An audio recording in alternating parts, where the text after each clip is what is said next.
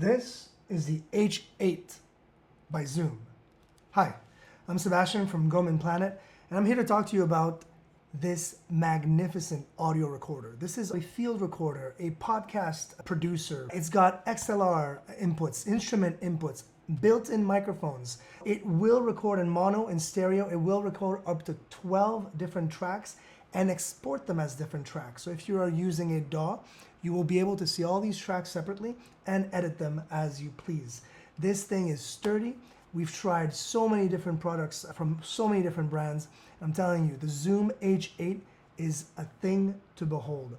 As you can see right there, very easy to visually see what you're doing, whether it's field recording, whether it's podcasting, whether it's literally interviews. So not only the visual features you have with the screen here, very, very easy audio interface to understand, but you also have an SD card slot for recording. You've got outputs and inputs. You've got line out and headphone jack out.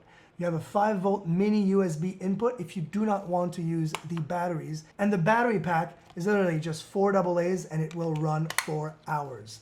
This thing is a beast. The Zoom H8 for all of your audio recording needs.